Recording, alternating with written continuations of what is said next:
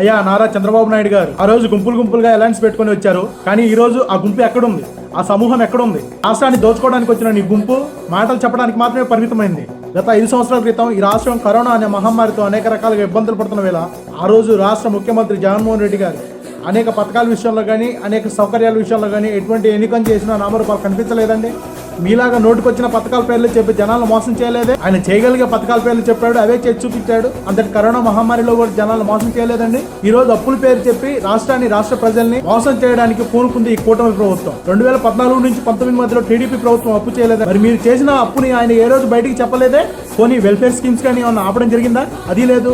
పోనీ అభివృద్ధి ఏమన్నా ఆపడం జరిగిందా? అది లేదు. ఎన్ని మెడికల్ కాలేజీలు కట్టారు, ఎన్ని పోర్టులు కట్టారు.